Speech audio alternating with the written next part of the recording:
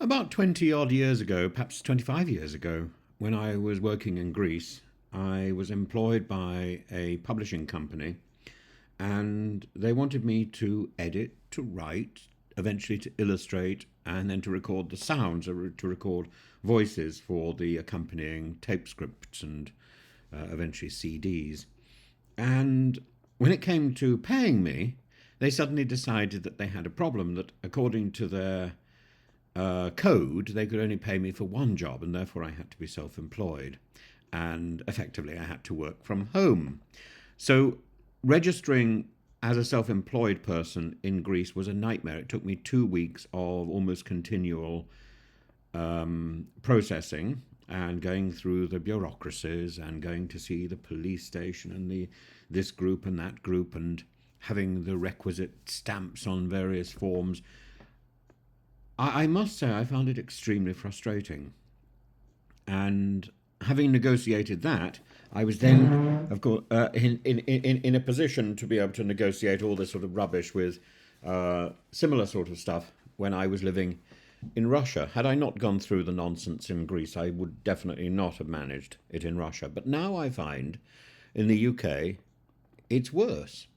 It's worse than both those two places.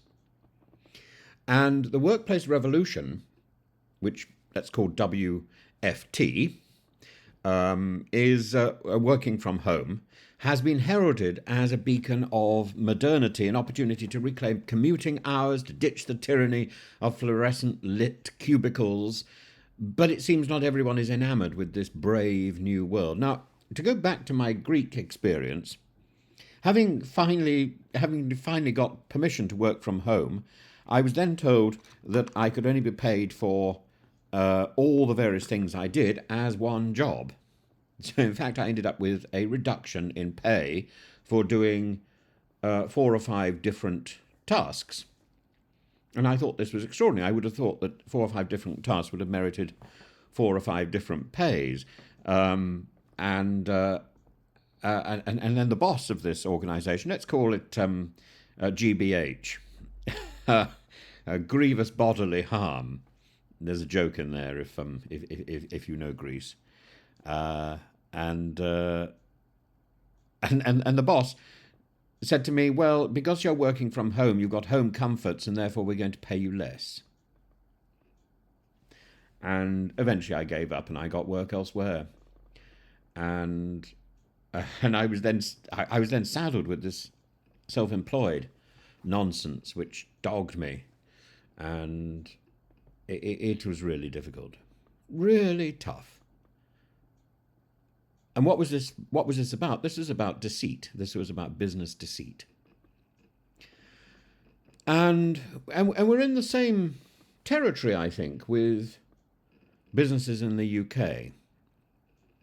Lord Rose, the former CEO of M&S and Asda, has recently suggested that working from home has catapulted the UK back 20 years in productivity and work practices. I don't think it's working from home which is the problem. I think it's the problem of the businesses themselves who have failed to equip those individuals who are working from home with the proper tools to do their job. Because working from home is a positive, not a negative. Lord Rose says it's less about flexibility and more about pyjamas, procrastination, and a peculiar spike in weekday golf games. So, you have to look at his lament, the wider debate, and where we might go from here. Lord Rose argues that working from home has fueled the UK's general decline. I don't think it's that. I think you can attribute general decline to various things, but working from home is not one of them. However, the fact that working from home means that somebody cannot, you ring somebody, let's say in one of the government ministries, and they're clearly working from home. You can hear the dog barking in the background, and they can't transfer your call. Why? Because they don't have the facility to do that. That's not their fault. That's not the fault of working from home or working in their pajamas. That's the fault of the business. That's the fault of the ministry. So, Lord Rose says that allegedly productivity thrives on face-to-face interaction. The music industry offers a telling example. Hospital records found that reducing remote work was essential for creativity and mentorship. Founder Chris Goss claims relationships flourish in person, while Maya, a young marketing manager, praises the office for instant access to experienced colleges, though her social battery insists 3 days is plenty. Yet research from Stanford's Professor Nicholas Bloom tells a more nuanced story. Fully remote setups can harm productivity, but hybrid models, 2 or 3 days at home, 2 or 3 days in the office, can be just as effective as full-time office work. Hybrid workers, according to Bloom, value the flexibility as much as an 8% pay rise. So, are we declining or redefining? Working from home isn't just a workplace phenomenon, it's reshaping entire economies. Vacant office spaces have doubled, dry cleaners are folding, pun intended, and midweek golf has risen by 350%. Yet, for workers like Harleen, for example, a mother seeking flexibility to care for her autistic son, working from home represents a lifeline. Without such roles, she remains trapped in a Groundhog Day of domesticity, yearning for productivity, able to produce and not able to enter into the office environment. So take advantage of her eagerness. Conversely, urban centres are grappling with economic fallout. London's hospitality sector lost $2.3 billion in 2021 because of fewer commuters. Is it any wonder businesses are desperate to lure staff back with promises of collaboration and perhaps the odd slice of stale office cake? The elephant in the room, the elephant in the Zoom room, working from home isn't universally rosy. Without robust planning and investment, it exacerbates inequality. Not everyone has Harleen's passion or Ed's determination. An ONSIT manager who fights for remote rights. Not everyone has that. Many lack reliable internet resources. Many lack that because the internet in Britain is useless. A suitable workplace also isn't always available. That should be offered by the company. Or even the discipline to avoid TikTok spirals. Now that is your responsibility. Hybrid work raises philosophical questions. Are we fostering collaboration or creating a generation of semi-isolated admins swapping office gossip for Slack notifications? As civil servants strike against mandatory office returns, one wonders if productivity really is the issue, or if bosses simply miss the comforting hum of printers, or indeed, if bosses miss the opportunity to bully their staff on a regular basis. You don't have to be in the office in order to do the work. I'm not in an office. And I put in work from 6 o'clock in the morning through to today it will be 10:30 at night, with quite an extended period this evening of teaching. I don't need to be in an office in order to be disciplined, but I do need to be disciplined. History teaches us that remote work succeeds when tailored thoughtfully. And during COVID-19, the UK civil service maintained operations thanks to solid IT infrastructure.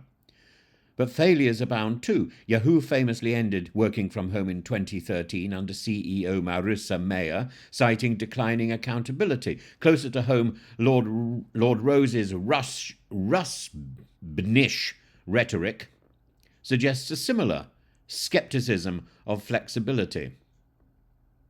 On the flip side, Nordic countries showcase hybrid work as a path to worker satisfaction. In Norway, reports increased surveys tell us that reports increased retention, or surveys report that there was increased retention and increased happiness post-pandemic. And meanwhile, India's IT sector struggled with working from home until hybrid models addressed internet gaps and cybersecurity woes. Context is the king of this issue.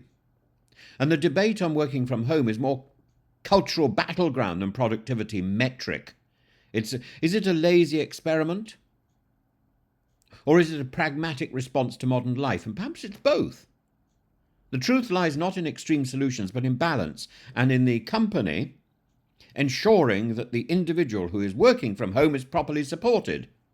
And that means investment in working from home. And it shouldn't be the responsibility of the worker, it should be the responsibility of the company to ensure that this is possible. So as Lord Rose bemoans the loss of proper work, one might ask, was the old model really proper, or was it merely habitual? Remote work's effectiveness hinges on infrastructure, equity, and mutual trust. But actually working in the office also hinges on trust. And the amount of people in an office, I remember working in offices, I hated it. I hated it because of the go slow ethos of the office. I hated working in a staff room because of the noise. Companies that fail to adapt risk alienating talent. And meanwhile, policymakers must ensure flexibility fosters inclusion rather than entrenching inequality. Only then can we bridge the divide between Lord Rose's scepticism and Harlene's hope. So, should we still be working from home? Absolutely. But the answer, I suspect, depends less on where we work and more on how we do it and who supports us.